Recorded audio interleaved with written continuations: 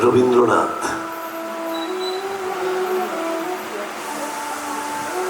দ্বিতীয় পুত্র মহর্ষি দেবেন্দ্রনাথের জ্যোতিরিন্দ্রনাথ ঠাকুর, তার পত্নী কাদম্বরী দেবী।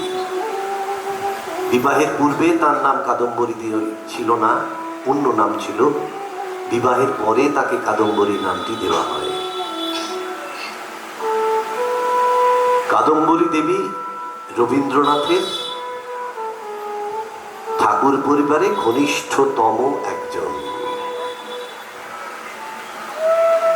মানে মৃণালিনী দেবীর আগে না পরে ঘনিষ্ঠতায়, এটা বলা খুব কঠিন এবং বিতর্ক আছে। এই কাদম্বরী দেবী জ্যোতিরিন্দ্রনাথ ঠাকুরের স্ত্রী। তিনি 1884 সালে তিনি, আমরা সবাই জানি, আত্মহত্যা করেন, সুইসাইড। আমার সন্দেহ আছে, ইদানিংকালে আমি একটি কাজ করছি কাদম্বরী দেবীকে নিয়ে, তাতে ওই আত্মহত্যা ঘটনাটার উপরে সন্দেহ জন্মেছে। যাই হোক, 1884 তিনি মারা যান। রবীন্দ্রনাথ তখন 24 বছর বয়স। এরপরে চলে আসলাম 1941। রবীন্দ্রনাথ হলেন অসুস্থ। তিনি 25শে জুলাই শান্তিনিকেতন ছেড়ে চলে আসেন জোড়াসাঁকোয়। 30শে জুলাই তার অপারেশন হয়, যা তিনি করতে রাজি ছিলেন না, এবং ওই অস্ত্রোপচারের পরেই তিনি অত্যন্ত অসুস্থ হয়ে পড়েন। এই অসুস্থ হওয়ার পরে 30শে জুলাই তার অপারেশনটা হয়েছিল। 25শে জুলাই তিনি এসেছিলেন কলকাতায়। এর পরের ঘটনা তো সবারই জানা। তিনি আর সেরে উঠতে পারেননি, কোমায় চলে যান, এসব আপনাদের জানা। তো সেই সময়কে ধরে এখনকার সময়ে এবং কল্পনা এবং ঘটনার মিশ্রণে আজকের শ্রুতি নাটক নতুন বউঠান। পরিবেশনায় শঙ্কর পোদ্দার ও সুতপা রায়। শ্রুতি নাটক লিখেছেন সৌমিত্র বসু। আর আজকের যে দুটি নাটক পরিবেশিত হবে তাতে আবহে আপনাদের সামনেই আছে। ওর পরিচয় যারা অভিনয় করবেন তারা দেবেন, কিন্তু ও আমার খুব প্রিয়জন। এখন আর সময় নষ্ট করব না, শুরু হচ্ছে শ্রুতি নাটক নতুন বউঠান। পরিবেশনায় সুতপা রায় ও শঙ্কর পোদ্দার।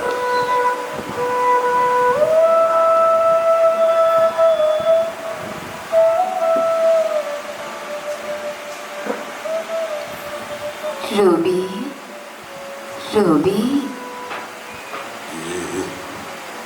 আমি রবি, এদিকে তাকাও।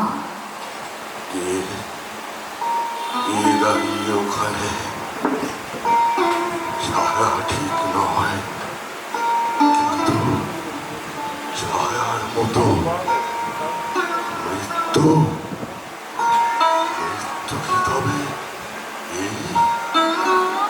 আমি এসেছি, চিনতে পারছো না? আমি তোমার নতুন বউঠান।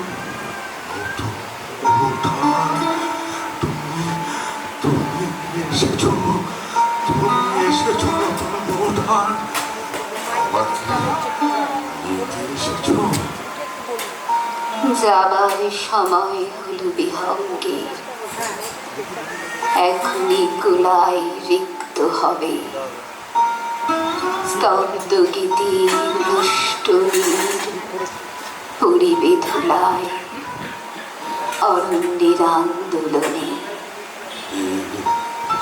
এই কবিতা তুমি জানলে কি করে? এ তো আমার অনেক পরের লেখা। তোমার তোমার সব কবিতা আমি জানি, তোমার সবটুকু। মরে যাওয়া মানে আর কিছু নেই বুঝি? রাতের সব তারাই আছে দিনের আলোর গভীরে। এ তো তুমিই লিখেছিলে। আশ্চর্য ভালো বোধ হচ্ছে জানো। নতুন উঠান, এতদিন ধরে আমাকে তুমি মনে রেখেছ। আমার সব প্রকাশের মধ্য দিয়ে মনে রেখেছ। আর তুমি আমাকে কি দিয়ে মনে রেখেছো রবি? বলি বলো তো। আমার সকল ভালোবাসা, সকল আঘাত, সকল আশা তুমি ছিলে আমার কাছে। তুমি ছিলে। হয়তো হয়তো সব সময় আমি তোমার কাছে যাইনি। ছোটবেলার কথা কিছু মনে পড়ে না? 9 বছরের নতুন বউ আর 7 বছরের ছোট্ট দেওর। সত্যি কথা বলবো, হাসবে না? হাসবো তো বটেই, বলো। মনে পড়ে বাড়িতে তখন তুমি নতুন বউ, ছাদে বেড়াচ্ছিলে ছোট দিদির সঙ্গে। মনের কথা বলা বলে হচ্ছিল নিশ্চয়ই। আমি কাছে যাওয়ার চেষ্টা করতে ছোট দিদির এক ধমক। ইস, তখন তোমার মুখখানি যা হয়েছিল, লজ্জায় অপমানে রাঙা। খুব ইচ্ছে করছিল বর্ণ দিদিকে বলি, আহা ছেলে মানুষ, না হয় থাক না আমাদের সঙ্গে। এসব কথা ও আর কি বুঝবে? কিন্তু নতুন বউ তো, আর বয়সী বা কত বলো? মুখ ফুটে বলা যায় না সব। শুধু সেই নতুন বউকেই দোষ দিচ্ছ কেন? মুখ ফুটে কোনোদিন কোনো প্রশংসার কথা কি বলেছ আমাকে? এই ছেলে, এমন অপবাদ দিও না, অধর্ম হবে। শুরু করে সুপারি কাটায় রবির মতো কেউ না। এমন কথা বলিনি জানে জানে। না না না না, ওই সুপারি কাটার সার্টিফিকেট নিয়ে হবেটা কি? আমি তো চিরকাল তোমার কাছে চেয়েছি আমার লেখার সার্টিফিকেট। সেখানে কোনো দিন মন খুলে তুমি আমাকে ভালো বলনি তো। বিহারী চক্রবর্তীর সঙ্গে তুলনা করে বরাবর আমাকে রেখেছ নিচের তলায়। হাসছ? হাসছি আর ভাবছি, সেই রাগ এখনো মনের মধ্যে পুষে রেখে দিয়েছ। না গো, না, সেসব কোথায় ফেলে এসেছি? তবু তারা থেকে গেছে আমার বুকের মধ্যে, আতরের ফিকে হয়ে যাওয়া মন খারাপ করা গন্ধের মতো। মনে পড়ে দিনের শেষে ছাদের ওপর পড়তো মা দৌড়া কাকিয়া, একটা রূপোর রেখাবিতে বেল ফুলের গোড়ের মালা, ভিজে রোমালে ঢাকা দেওয়া, পিরিচে এক গ্লাস বরফ দেওয়া জল, আর পাটাতে ছাঁচি পান। তুমি গা ধুয়ে এসে এলো চুল বেঁধে তৈরি হয়ে বসতে, গায়ে একখানা পাতলা চাদর উড়িয়ে আসতেন জ্যোতি দাদা, বেহালাতে লাগাতেন ছড়ি, আমি ধরতাম চড়া সুরের গান।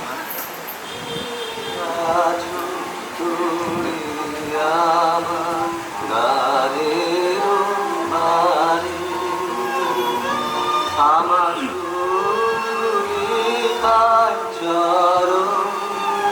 আমি পাইলে তোমারে নারী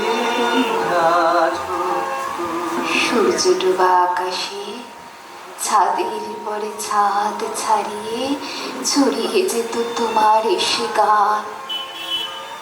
হু হু করে দক্ষিণের বাতাস উঠত দূর সমুদ্র থেকে, তারায় তারায় যেত আকাশ ভরে। আমিও গাইতাম জোড়াসাঁকোর ছাদে বসে, কিংবা চন্দননগরে সেই নোরান সাহেবের বাংলোয়। বাইরে ঘন ঘোর বর্ষা, ঝাপসা নদীর ওপর ডাকাতের মতো বৃষ্টি ঝরে পড়ছে অবিরাম। আর চারদিক খোলা সেই গোল ঘরে আমরা দুজন মুখোমুখি বসে গান গাইছি। গানের পরে গান, গানের পরে গান, অশেষ অনন্ত।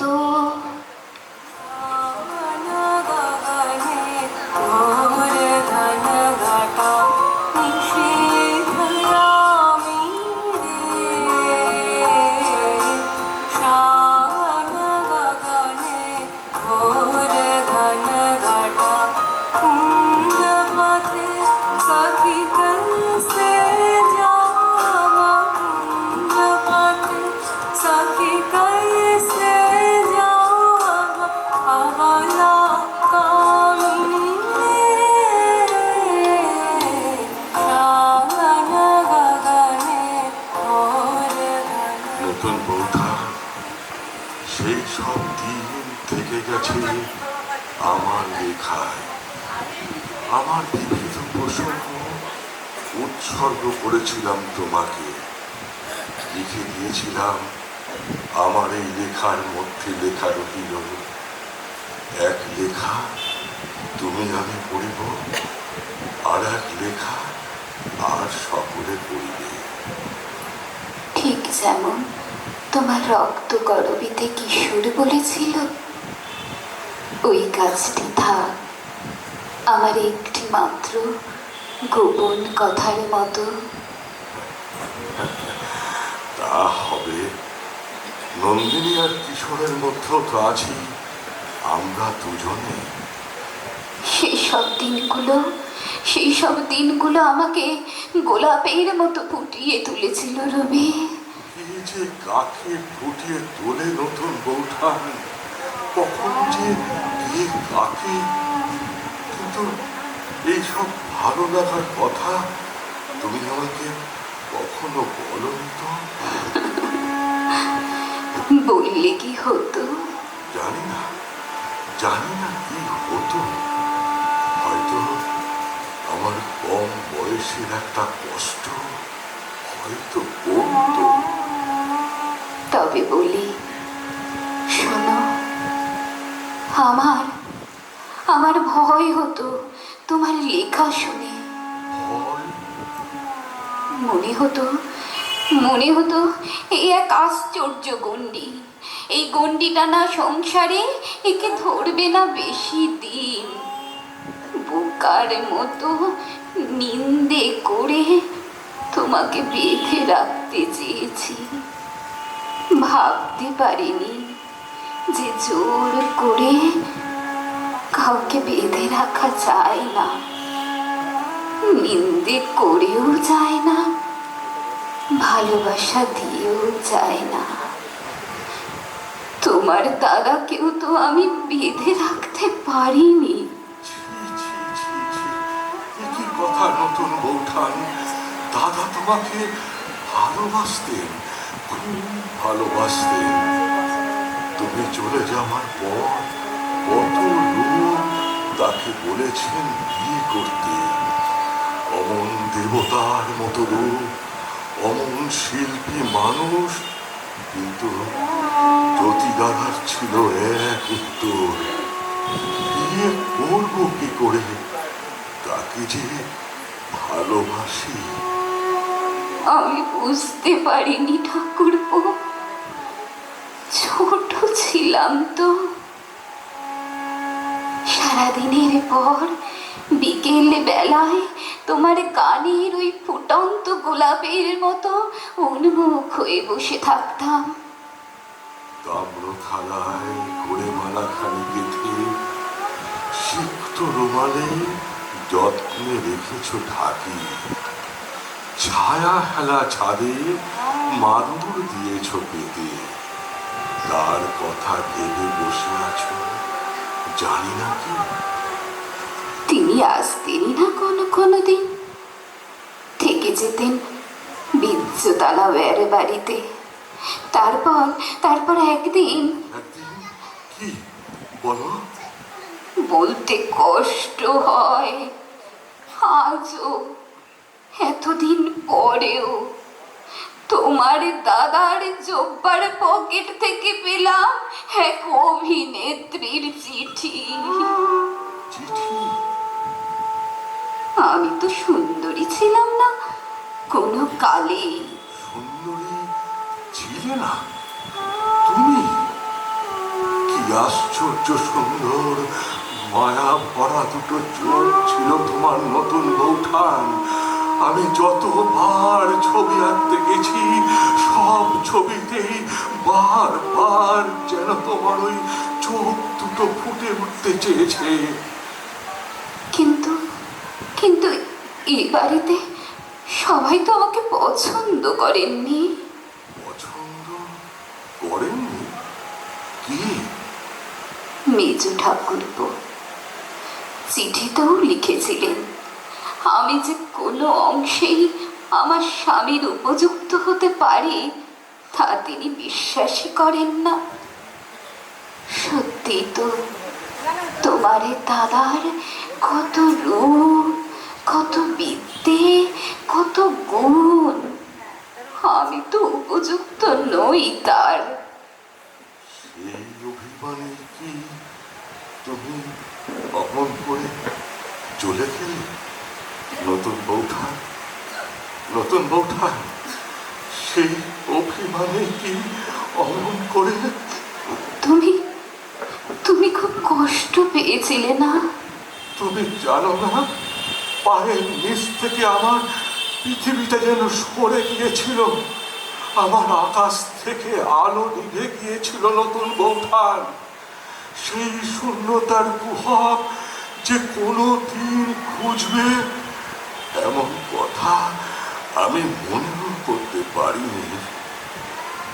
আমি জানি রবি, আমি জানি তুমি যখন সারাটা রাত খেপার মতো সারা ছাদে ঘুরে বেড়াতে, কতবার চেষ্টা করেছি তোমার সামনে এসে দাঁড়াতে, তোমার মাথায় হাত বুলিয়ে দিতে, তোমাকে বলতে এমন পাগলামি করে না রবি, শুয়ে পড়ো, যাও শুয়ে পড়ো।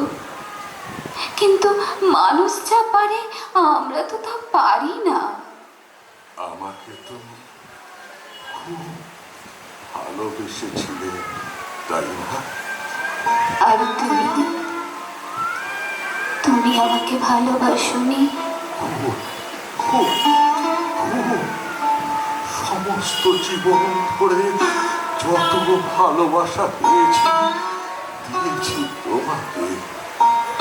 নিহারিকা পুঞ্জের মধ্যে যেমন থাকে অজস্র অগণিত তারা, তেমনি করে তোমার মধ্যে মিলে আছে আমার ভালোবাসা। এমন অনেক মানুষ আছে যারা যারা এই ভালোবাসার পুণ্য মানে করে। তারা তো মিথ্যে বলে না নতুন বৌঠান। মিথ্যে বলে না? সবটাই কি মিথ্যে? নতুন বৌঠান, ভালোবাসা যখন ছোট পুকুরের জল, তখন তাকে এ পুকুর ও পুকুর বলে ভাগ করা চলে। কিন্তু যখন বন্যা আসে, তখন স্নেহ, প্রেম, বন্ধুত্ব সব সব একাকার হয়ে যায়। এই তো দেখলো সমস্ত জীবন ধরে। কিন্তু আমার কথা উত্তর দিলে না তো। অমন করে কেন চলে গেলে তুমি? কাপড়ালি বিষকে দিয়ে আফি মানিয়ে দাদার উপর এত অভিমান হয়েছিল তোমার? না গো, শুধু তোমার দাদার উপর নয়। তবে চুপ করে থেকো না নতুন বৌঠান, বলো। উর্মিলা, স্বর্ণ দিদির মেয়ে। ভগবান তো আমার কোলে কিচ্ছুটি দেননি, তাই তাই ওই ছিল আমার সব। তেতলারে ছাদে বাঁকা সিঁড়ি দিয়ে হুড়মুড় করে নামতে গিয়ে সিঁড়ির নিচে উপর হয়ে পড়ে আছে মেয়েটা। ওইটুকুনি দেহটা যেন দুমড়ে গেছে, থোকা থোকা চুলে জমাটে বেঁধে আছে রক্ত। মা গো, মনে পড়ে, মনে পড়ে নতুন বৌঠান, মনে পড়ে। কিন্তু সেই জন্যেই কি তুমি তুমি এত কথা জানতে চাও কেন বলো তো? সব প্রশ্নের কি উত্তর হয়? উত্তর পাওয়া ভালো। এই 3 দশক আগে যেন ঘোরের মধ্যে থেকে একটা কবিতা লিখলাম, শুনলে? শুনি। প্রথম দিনের সূর্য প্রশ্ন করেছিল সত্তার নূতন আবির্ভাবে। কি তুমি? মেলেনি উত্তর। বৎসর বৎসর গেল চলে, দিবসের শেষ সূর্য শেষ প্রশ্ন উচ্চারিল পশ্চিম সাগর তীরে নিস্তব্ধ সন্ধ্যায়। কে তুমি? পেল না উত্তর। নতুন বৌঠান, সমস্ত জীবন ধরে একটা কষ্ট আমাকে বয়ে বেড়াতে হয়েছে। লোকে বলেওছে এমন কথা। আমার বিয়ের কথা যখন চলছিল, তখন তুমি একবার আত্মঘাতী হওয়ার চেষ্টা করেছিলে। আর আমার বিয়ের 4 মাস পরে, না না না বলতো না, উত্তর যদি না দিতে চাও দিও না, দিও না। জানার যদি কিছু বাকি থেকে যায় জীবনে, থাক থাক। ছাদে একটা বাগান করেছিলাম, তার নাম দিয়েছিলাম নন্দন কানন। মনে পড়ে? মনে পড়বে না? সেই বাগানে তো ছিল আমার, আমাদের সব কিছু। নষ্ট নীল বলে একটা গল্প লিখেছিলুম ভারতীতে। তার মধ্যে ছিল সেই নন্দন কাননের ছবি। তার মধ্যে আরো অনেক কিছু ছিল রবি। সেটা নিছক বানানো গল্প ছিল না। নষ্ট নীল? কোনো গল্পই কি নিছক বানানো হয় বৌঠান? কত রন্ধ্র পথ দিয়ে তার মধ্যে কত কত জীবন এসে মিশে। হ্যাঁ, তুমি নন্দন কাননের কথা কি বলছিলে? আমি আমি বুঝতে পারছিলাম আমার সেই নন্দন কানন শুকিয়ে আসছে। উর্মিলা চলে গেল, তোমার দাদা সরে যাচ্ছেন, তুমিও খাঁচায় বন্দি সেই শ্যামা পাখিটার মধ্যে নিজেকে দেখতে পেতাম। বিশু যখন তার কাপড়ের বোঁচকা আমার সামনে মেলে ধরলেন, নানা রঙের চোখের সামনে যেন একটা রঙের আলপনা এঁকে দিয়েছে কেউ। হঠাৎ হঠাৎ মনে হলো, না না না না, মানায় না, আমাকে মানায় না, এত রং আমার ঘরে মানায় না। তাকে কি বলেছিলাম, কেমন করে বলেছিলাম, কিচ্ছু মনে নেই। শুধু শুধু মনে পড়ে তার চোখ দুটো আমার মুখের দিকে তাকিয়ে আছে, তাকিয়ে আছে। ভিতরের যা কথা সব পড়ে ফেলবে নাকি? নতুন বৌঠা, বলো। আজ অনুতাপ হয় না? কতটা বাকি ছিল জীবনে, কত আশায়, হতাশায়, বিশ্বাসে, প্রবঞ্চনায় অন্ধ দেয়াল, আর সেই পাথর কেটে বেরিয়ে আসা সম্ভাবনায় ভরা কত সব অভাবিত বাক নেওয়া এই জীবন। 25 বছর বয়সে শেষ করে দিলে নতুন বৌঠা, মাত্র 25 বছরে। ভেবে কষ্ট হয় না তোমার? বলো বলো, কষ্ট হয় না? ভোরের বাতাস দিচ্ছে রবি, তোমার চাদরটা নেমে গেছে, একটু বুকের কাছে টেনে দিই। নতুন বৌঠা, রবি,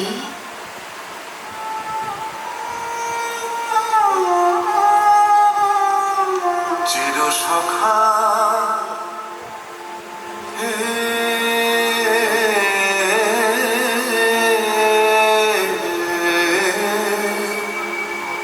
ছিল না।